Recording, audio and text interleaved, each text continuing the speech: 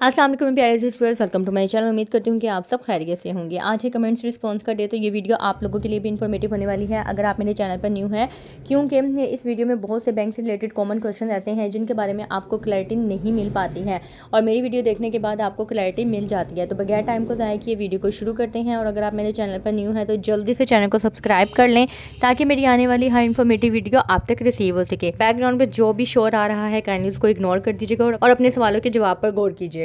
सबसे पहले है कि ये यूबीएल फर्स्ट माइनर अकाउंट को बच्चों के लिए, अच्छा इन्होंने पूछा हुआ है कि यूबीएल फर्स्ट माइनर अकाउंट जो है, माइनर का जो भी अकाउंट ओपन किया जाता है उसमें सोर्स ऑफ इनकम किसका दिया जाता है, बच्चे का दिया जाता है या सोर्स ऑफ इनकम के बगैर भी अकाउंट ओपन हो जाता है। इसमें बेसिकली दो केस होते हैं। अगर आप बच्चे का आसान माइनर अकाउंट ओपन करवा रहे हैं तो वो तो सिर्फ बेफॉर्म और गार्डियन के आईडी कार्ड की कॉपी पर ओपन हो जाएगा। लेकिन अगर आपने एक प्रॉपर अकाउंट ओपन करवाना है तो उस सिनेरियो में क्या होगा कि आपको सोर्स ऑफ इनकम देना होगा। अगर गार्डियन वालदा है तो वालदा अपना सोर्स ऑफ इनकम दे देगी, अगर वालिद है तो वालिद अपना सोर्स ऑफ इनकम दे देगा और अकाउंट ओपन हो जाएगा। लेकिन अगर वालदा कोई काम नहीं करती है और गार्डियन वालदा ने बनना है, वालिद ने नहीं बनना है, तो उस सिनेरियो में क्या होगा कि ये वालदा जो है अपने हस्बैंड का यानी कि माइनर के वालिद का सोर्स ऑफ इनकम लेंगे और उस सोर्स ऑफ इनकम के बिहाफ पे बच्चे का अकाउंट ओपन किया जाएगा वालदा को गार्डियन बनाते हुए। ठीक है, तो ये थोड़ा सा लंबा केस हो जाता है। बैंक वाले जो हैं वो मोस्टली आपको गोलियां देंगे कि नहीं ये चीज़ लाएंगे, ये चीज़ लाएंगे, ये चीज़ लाएंगे, क्योंकि ये समझ लें कि बहुत ही ज़्यादा लंबा अकाउंट हो जाता है। ये फ़ंड प्रोवाइडर की डिटेल भी लिखनी होती है जो कि वालिद होगा, गार्डियन की डिटेल भी लिखनी होगी जो कि वालदा होगी, और माइनर की भी लिखनी होती है क्योंकि माइनर का बच्चे का अकाउंट होता है। होपफुली आपको समझ आ गई होगी। नेक्स्ट है जी, जैज़ कैश भी एक माइक्रो फाइनेंस बैंक है। इस बैंक की वीडियो नहीं है आपकी माइक्रो फाइनेंस बैंक में कौन कौन से अकाउंट ओपन होंगे। नहीं, मैं जो कमर्शियल बैंक्स हैं उनकी ज़्यादातर वीडियो बनाती हूँ, मैं सर्च कर लूँगी, अगर हुआ पॉसिबल तो मैं ज़रूर बना दूँगी। नेक्स्ट है जी, हेलो मेरा एनपीपी में सैलरी पर अकाउंट है, जॉब की सैलरी मिलती है। 22 नवंबर को 1800 और 270 का डेबिट का एसएमएस आया है। मेरे एटीएम कार्ड एक्सपायरी डेट अगस्त 2027 थी। एटीएम एनुअल फी तो अगस्त में होनी थी, नवंबर को क्यों 1800 कट हुए। हो सकता है कि अगस्त में आपके अकाउंट में फ़ीस यानी कि पैसे ना हो, यानी कि जब एक स्टेप चलाओ, यानी कि एक प्रॉपर एक स्टेप चलाया जाता है कि जिसकी भी फ़ीस ड्यू है उन सब की फ़ीस कट कर ली जाए। जैसे ही वो स्टेप चलता है, अगर उस सिनेरियो में उस वक्त उस बंदे के अकाउंट में पैसे नहीं होते तो वो अमाउंट डेबिट में चली जाती है या होल्डिंग पे चली जाती है। अगर तो वो अमाउंट डेबिट पे चली गई है तो इट्स मीन जैसे ही आपके अकाउंट में पैसे आएंगे तो सबसे पहले आपकी फ़ीस कट कर ली जाएगी। ठीक है, तो अगर तो अगस्त से अब तक आपकी कोई पैसे नहीं थे आपके अकाउंट में और अब आपके अकाउंट में पैसे आए हैं तो जाहिर बात है कि वो ऑटो डेबिट हो गए होंगे। और दूसरा केस होता है होल्डिंग का। जब फ़ीस काटी जा रही थी उस वक्त अगर आपके अकाउंट में पैसे नहीं थे और बाद में पैसे आ गए लेकिन फिर भी फ़ीस नहीं कटी तो वो होता है होल्डिंग अमाउंट। और जैसे ही बाद में दोबारा से वो स्टेप चलाया गया होगा कि जिसकी भी पेंडिंग अमाउंट है वो उठा ली जाए, तो इस तरीके से जब आपके अकाउंट में पैसे आए और वो स्टेप चलाया गया तो आपकी जो फ़ीस ड्यू थी उसको कट कर लिया गया। नेक्स्ट है, मैम हम बैंक सेविंग अकाउंट ओपन करवाने जाते हैं तो वो साफ़ खोलने से इनकार कर देते हैं। इसके बारे में मैंने पहले भी बताया था कि सेविंग अकाउंट में परफॉर्मेंस वाइज भी और वैसे भी ये बैंक वालों को ज़्यादा जो है वो मुनाफा नहीं होता है, क्योंकि उसके ऊपर उनको एक तो प्रॉफिट देना होता है और दूसरा सेविंग अकाउंट की सेविंग अकाउंट खोलने पर उनको परफॉर्मेंस वाइज भी कुछ नहीं मिलता है। इस वजह से वो करंट अकाउंट को ज़्यादा प्रेफर करते हैं। अगर फिर भी आपने सेविंग अकाउंट ही ओपन करवाना है और स्टाफ बहुत ज़्यादा इंसिस्ट कर रहा है कि आप करंट ही खुलवाओ, तो उस सिनेरियो में आप कंप्लेन कर सकते हैं, क्योंकि ये आपका हक है कि आप सेविंग अकाउंट ओपन करवाएं या करंट अकाउंट ओपन करवाएंगे, आपकी अपनी मर्जी होती है। नेक्स्ट है जी, सिस्टर तमाम बैंक वाले हर अकाउंट ओपन करवाने के लिए आने वाले को इंश्योरेंस का झूठा झांसा क्यों देते हैं। कुछ बिल्कुल सादा लोग होते हैं, उन्हें कुछ इल्म नहीं होता, ये जानबूझकर उनकी इंश्योरेंस ओपन कर देते हैं। बाद में वो आम इंसान को पछतावा होता है कि बंद करवाने लगे तो काफ़ी ज़्यादा पैसे कट हो जाते हैं। बैंक एम्प्लॉय को इस पे थोड़ा सा रहम नहीं करना चाहिए क्या, गरीब मुल्क है, जज़ाकल्लाह। जी बिल्कुल, इनकी बात बिल्कुल ठीक है, मैंने भी अपनी लाइफ एक्सपीरियंस में इस तरह का केस देखे हुए हैं।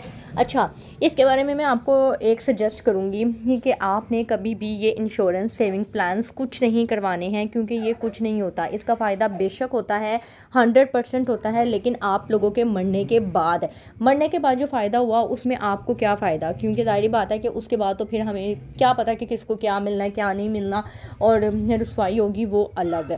और एक चीज़ आप देखें कि 10 साल 20 साल के लिए जो आप सेविंग प्लान्स लेते हैं, इंश्योरेंस करवाते हैं, तो उस चीज़ का ये देखें कि आज जो 1 लाख की वैल्यू है, क्या 10 साल के बाद वही वैल्यू होगी? आज जो 1 लाख की वैल्यू है, क्या 10 साल पहले इतनी ही वैल्यू थी? आज से 10 साल पहले अगर आप देखें 2011 या 12 में, क्या 1 लाख हमारे लिए इतनी ही वर्थ रखता था जितनी आज रखता है? तो आपने इन जैसी चीज़ों में बिल्कुल भी नहीं आना है। मैंने जैसा कि आप लोगों को बताया हुआ है कि 8 से 9 साल जो है वो तकरीबन मेरा बैंकिंग एक्सपीरियंस है, और मैंने हर सिचुएशन देखी हुई है, ऑलमोस्ट बैंक ब्रांच में क्या होता है क्या नहीं होता। इसके बारे में मैं ज़रूर कोशिश करूँगी कि डिटेल में भी वीडियो बनाऊँ, लेकिन इस चीज़ के बारे में मैं आपको बता दूँ कि बेसिकली होता क्या है। कस्टमर जैसे ही एंटर होगा, स्टाफ क्या करेगा, ये उसका चेहरा पड़ेगा, ठीक है। अब वो स्टाफ आया है, स्टाफ को अगर लग रहा है कि लुक वाइज लग रहा है या जो भी है कि हाँ भाई इसके पास डिपॉजिट होगा, वो फौरी तौर पे क्या करता है कि उस बंदे का अकाउंट चेक करता है, किसी भी बातों में लगा के या प्रॉप वगैरह करके जो है वो उससे डिटेल लेता है, आईडी कार्ड या चेक नंबर या जो भी के आए, मैं आपको सर्विस प्रोवाइड करता हूँ, क्या काम है आपका, ये वो, और इतनी ही बातों में वो अंदर ही अंदर उसके अकाउंट का बैलेंस चेक कर लेता है। अब अगर उसके अकाउंट में 50,000 या 1 लाख भी होगा ना, तो उसने पूरी कोशिश करनी है, पूरी अच्छे तरीके से पिच करना है कि वो ये सेविंग प्लान ले, वो इंश्योरेंस ले, वो किसी भी तरीके से ये सारा कुछ करा ले।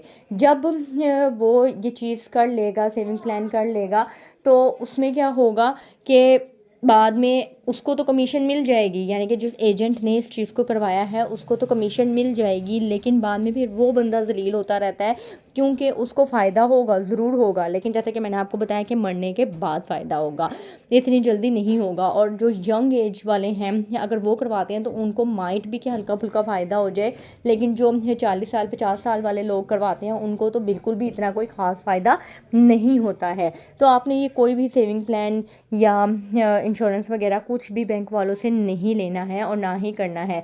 बाकी रही बात रहम की, तो जब बैंकिंग फील्ड में बंदा काम कर रहा होता है तो वो इस चीज़ को साइड पे रख देता है और देखता है कि क्या उस चीज़ को ज़रूरत है या नहीं है। मैंने भी नो डाउट कि करवाई हुई है अपनी लाइफ एक्सपीरियंस में, लेकिन कभी भी किसी गरीब बंदे की नहीं करवाई। हमेशा जिसके अकाउंट में मिलियंस में होता था या मुझे लगता था कि हाँ ये पे कर सकता है या जो भी है, या उसको फ़ायदा मिलेगा बाद में जाके, और वो अपने मुंह से बोल रहा होता है कि मुझे अपने बच्चों के लिए इंश्योरेंस करवानी है या कुछ भी, तो फिर हम कर देते थे, ठीक है। लेकिन ये अपना अपना पॉइंट ऑफ व्यू है, आपने इस चीज़ में नहीं आना है कभी भी। ये बैंकों के saving plan, insurance, Adamjee, EFU वगैरह कुछ भी नहीं लेना है। Next, I have a saving account in Pakistan and I live in country, I don't withdraw money from it, I just keep depositing it, there would not be any problem with that.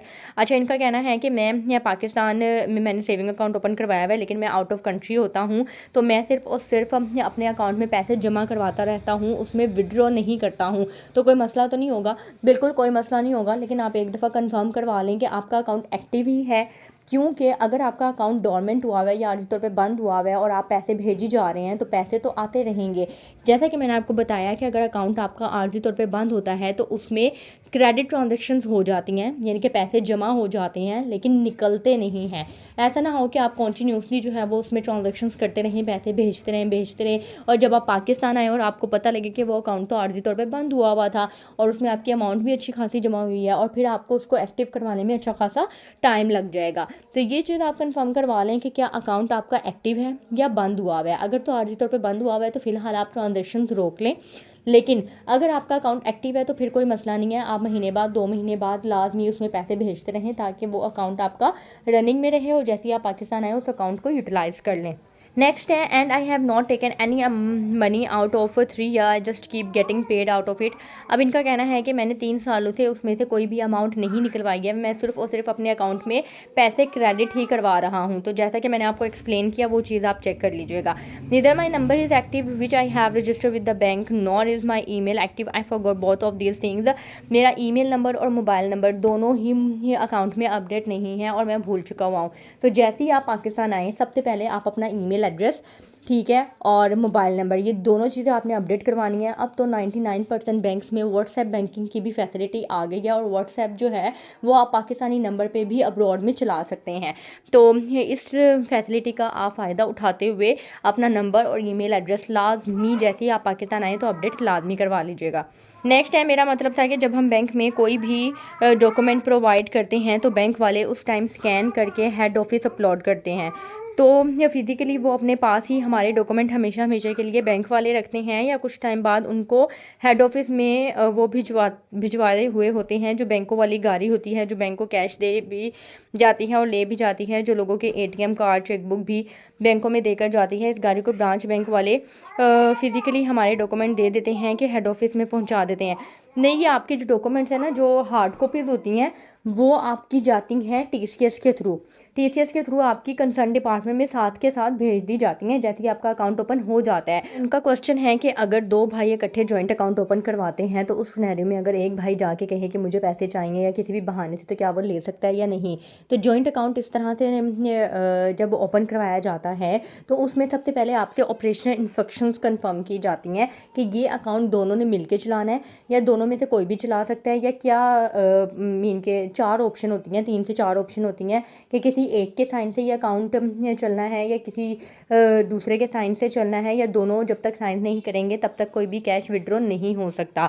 तो उस operation instructions के accordingly ही आपके account को and तक deal किया जाता है। अगर तो आपके जॉइंट अकाउंट में ये ऑपरेशन इंस्ट्रक्शंस दी हुई हैं कि जब तक चेक के ऊपर दोनों के साइन नहीं होंगे तब तक आप अकाउंट में से पैसे विड्रॉ नहीं कर सकते, तो उस सिनेरियो में ज़ाहिरी बात है कि आपके अकाउंट में से पैसे निकल ही नहीं सकते जब तक कि दोनों के साइन मौजूद नहीं होंगे।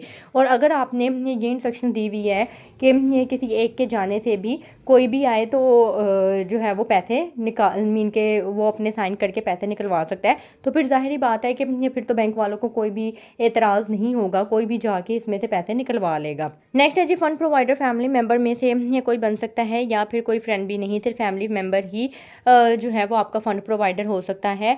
आप फ्रेंड के साथ ना तो कोई अकाउंट ओपन करवा सकते हैं, ना जॉइंट अकाउंट ओपन करवा सकते हैं, ना ही उसको फ़ंड प्रोवाइडर बना सकते हैं। हाँ, फ्रेंड के साथ आप पार्टनरशिप करके पार्टनरशिप अकाउंट ओपन करवा सकते हैं। नेक्स्ट है, इनएक्टिव अकाउंट क्यों होते हैं। जब आप 6 महीने तक लगातार कोई भी ट्रांजेक्शन नहीं करते हैं, ना जमा करवाते हैं ना निकलवाते हैं, तो फिर आपका अकाउंट जो है वो आर्जी तौर पे बंद हो जाता है, जिसको इनएक्टिव या डोरमेंट कहते हैं।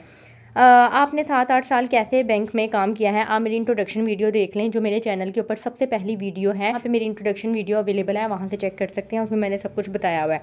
नेक्स्ट है जी, ये प्राइमरी एटीएम कार्ड मास्टर का हो तो सप्लीमेंट्री एटीएम कार्ड पेपाक का ले सकते हैं या सेम टू सेम मास्टर ले। अच्छा, जिन लोगों को सप्लीमेंट्री कार्ड का नहीं पता उनको मैं बता दूँ, अगर आपके अकाउंट के अगेंस्ट आपको डेबिट कार्ड मिला हुआ है तो उसमें ये भी एक ऑप्शन होती है कि आप अपना डेबिट कार्ड किसी को देने की बजाय आप अपने फैमिली मेम्बर, स्पाउस या बच्चों वगैरह के लिए अगर अपने ही अकाउंट में से मज़ीद एक और कार्ड बनवाना चाहते हैं तो आप उनका अकाउंट खुलवाए बगैर उनको अपने ही अकाउंट के अगेंस्ट सप्लीमेंट्री कार्ड के तौर पे एक डेबिट कार्ड बना के उनको दे सकते हैं। जैसे अगर वो सप्लीमेंट्री कार्ड इस्तेमाल करेंगे तो पैसे आपके अकाउंट में से ही डेबिट होंगे। एक कार्ड आपके पास होगा जिसको प्राइमरी कार्ड कहा जाएगा और एक सप्लीमेंट्री कार्ड होगा जो आप जिसको भी देना चाहते हैं दे सकते हैं। 2 या 3 आप सप्लीमेंट्री कार्ड बना सकते हैं। तो ये इनका कहना है कि अगर प्राइमरी एटीएम कार्ड आपने मास्टर कैटेगरी का लिया हुआ है तो क्या सप्लीमेंट्री कार्ड आप पेपाक कैटेगरी का ले सकते हैं। जी बिल्कुल आप ले सकते हैं, आपकी अपनी मर्जी है कि आपने सप्लीमेंट्री कार्ड किस कैटेगरी में और कितनी लिमिट का आपने लेके देना है। नेक्स्ट है, 2 एटीएम कार्ड हों primary and supplementary card. ATM card की लिमिट 50,000 वन डे है। एक ही दिन अगर 50 के प्राइमरी कार्ड से और 50 के सप्लीमेंट्री कार्ड से विड्रॉ होंगे। देखें दोनों कार्ड की ना कैटेगरी डिफरेंट है। जैसे कि अभी आपने पीछे क्वेश्चन किया कि क्या primary ATM card master card और दूसरा जो है वो पेपाक हो सकता है, तो जाहिर बात है कि जो गोल्ड डेबिट कार्ड होगा उसकी लिमिट ज़्यादा होगी और जो पेपाक डेबिट कार्ड होगा उसकी लिमिट कम होगी। तो दोनों की अपनी अपनी सेपरेटली लिमिट होगी। हो सकता है सप्लीमेंट्री कार्ड जो आप लें उसकी लिमिट कम हो तो आप अपनी अपने कार्ड की लिमिट के हिसाब से विड्रॉ कर सकते हैं। नेक्स्ट है, excellent, thank you so much और ready subscribe, thank you so much. खुश रहें, आबाद रहें, तरक्की की मंजिल आसान हो, आमीन सुम आमीन।